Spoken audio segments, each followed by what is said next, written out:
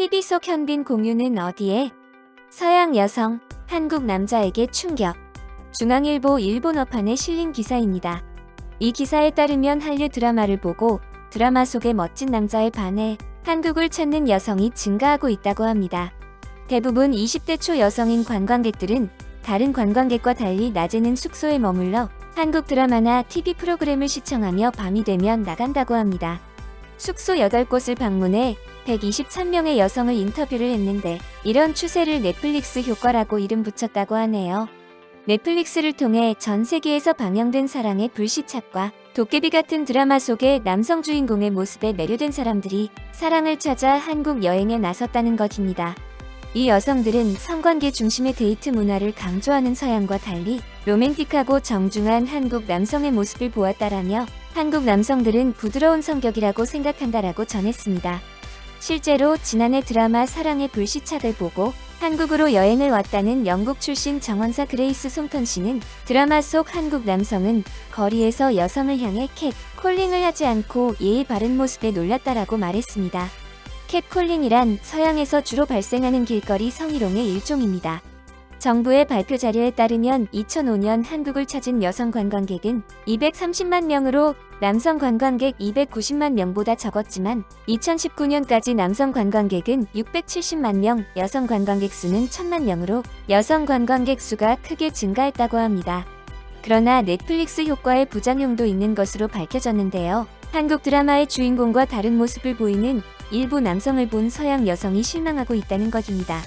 K-팝에 대한 관심으로 지난해 부산에 온 모로코 출신 학생 니나는 텔레비전에서 본 한국 남성은 잘생기고 여성을 보호하는 부유한 남성으로 보이고 좋았다고 말했는데 밤길에서 자신의 몸을 만져 가벼운 행동을 하는 한국 남성의 모습에 충격을 받았다며 한국 남성도 같은 남성이며 사람들은 어디서나 비슷하다며 그 후 한국 프로그램에 대한 흥미를 잃고 더 이상 한국 남성에 대한 환상을 갖지 못했다고 밝혔습니다. 그리고 한국 남성이 외국인 여성을 만날 때 한국 여성보다 더 가볍게 행동하는 면이 있는 것 같다고 말했습니다. 그럼에도 여성들이 한국 남성에 대한 기대를 버리지 않고 있다며 이들이 외국인 여성이기 때문에 더 제한된 범위 내에서 경험할 수밖에 없다고 생각해 연인을 찾기 위해 매번 한국을 찾고 있다고 전했습니다. 이 기사가 나가자 많은 일본인들이 앞다투어 댓글을 달고 있는데요. 어떤 말들을 하고 있는지 한번 살펴보겠습니다. 그럼 함께 보시죠. 한국 드라마는 정말 잘 만들어졌다고 생각하고 열광하는 사람들이 많이 있는 것도 잘 압니다. 하지만 어디까지나 만들어진 드라마라는 세계 속의 이야기로 현실에서 찾는 것은 무리가 있습니다.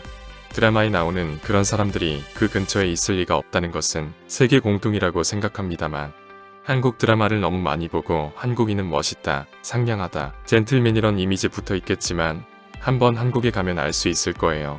버섯 머리와 검은 뿔테 안경을 쓰고 몸집은 큰 남성이 많이 있어요. 정말 극히 일부 얼굴을 고친 미남이나 분위기 미남은 있을 거예요. 평균적으로 봤을 때 제 감각으로는 일본이 멋있는 사람이 많은 것 같습니다. 드라마를 진정으로 보는 사람이 많다는 것은 세계 공통이군요. 그렇지만 이런저런 나도 어릴 적 유럽 어디나 멋진 성의 사람은 모두 미남 미녀로 옷은 세련되고 음식은 화려하고 매일이 꿈같은 생활을 하고 있는 나라라고 생각했습니다. 실제로는 일본보다 가난한 지역이 많고 성관광지 이외는 폐허이고 먼지로 뒤덮여 있었어요. 미남 미녀보다 비만 성인이 더 많았어요. 그래서 성인이 되고 나서는 환상을 가질 만한 일은 별로 없을 텐데요. 뭐 일본에 닌자 사무라이 보러 오는 사람도 있다고 하니까 어쩔 수 없나 보군요. 괜찮지 않나요? 한국을 좋아하는 서양 여성은 늘어날 것 같습니다. 멋진 만남으로 커플 성립하면 행복하겠죠. 일본인과 결혼하는 서양 여성도 늘었네요. 국제 결혼 많아졌다고 생각합니다. 일본 네티즌들이 한류 드라마를 좋아하는 것은 알았는데 해외도 마찬가지인 것 같아요. 한류 드라마를 좋아하는 사람이 많으니 랭킹에서 한류 드라마가 상위권에 오는 것도 수긍이 갑니다. 기생충이나 오징어 게임을 보면 한국의 현실을 알 수 있겠지만 꿈같은 연애 드라마만 보고 한국 남자에게 환상을 품는 사람이 꽤 있겠죠. 드라마와 현실을 구별하지 못하는 사람은 어디에나 있습니다. 어느 나라에도 드라마의 주인공 같은 사람은 그렇게 많이 돌아다니지는 않습니다. 그래서 드라마가 되는 거죠. 같은 기분이었어요. 여행 갔다가 실망이었습니다. 일본의 일반인이 더 멋있는 사람이 많아요. 한국인이 한국판 이 기사에 댓글을 단 걸 읽었는데 거리에 현빈이 없듯이 당신도 손예진이 아니라는 걸 자각합시다. 같은 댓글이 있어서 웃었다. 맞아. 한국인 아는 사람이 몇 명 있어요. 물론 개인차가 있기 때문에 단언할 수는 없지만 인상적으로는 어딘가의 유교 가르침에 남존여비의 생각이 뿌리 박혀 있는 것 같습니다. 어떤 남자는 부인과 애인은 전혀 별개이고 애인이 있는 것은 한국에서는 극히 보통이라고 말해 나를 놀라게 했습니다. 얌전한 일본 여성은 쉬운 편이지만 주장이 강한 구미 여성은 그렇지 않은 것이 아닐까. 2006년부터 2년간 서울에서 살았습니다. 거리에서 볼 수 있는 남성은 대부분 사등신의 남성뿐입니다.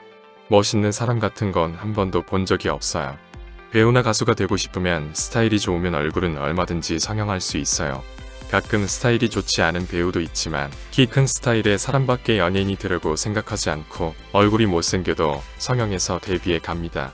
남존여비에 한국인과 사귀는 것은 힘들다고 생각합니다. 나라 자체가 외면을 가공하고 개조하는 것에 아무런 주저도 없으니 내면은 덜 알려진 것입니다. 한류 아이돌의 웃는 얼굴은 전혀 믿을 수 없어요. 다만 많은 한류 스타들이 일본어를 필사적으로 외우고 익히는 노력은 정말 탄복합니다. 단지 그것도 하나의 비즈니스 툴뿐이라고 생각합니다. 이건 웃긴다. 왕자님과 같은 젠틀맨을 원한다면 한국은 세계에서 가장 가서는 안 되는 나라 중 하나.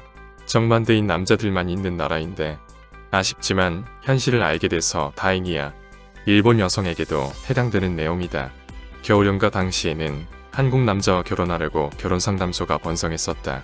미남 미녀는 어느 땅에 있어도 유리하고 단지 그것뿐이다. 웃겨. 그런 망상을 안고 한국에 오다니. 그건 내가 나빠. K-팝을 좋아하지만 남자나 여자나 거의 90% 정도가 성형한 것 같아. 그렇게 하면 꽃미남, 미녀가 될 수 있으니까.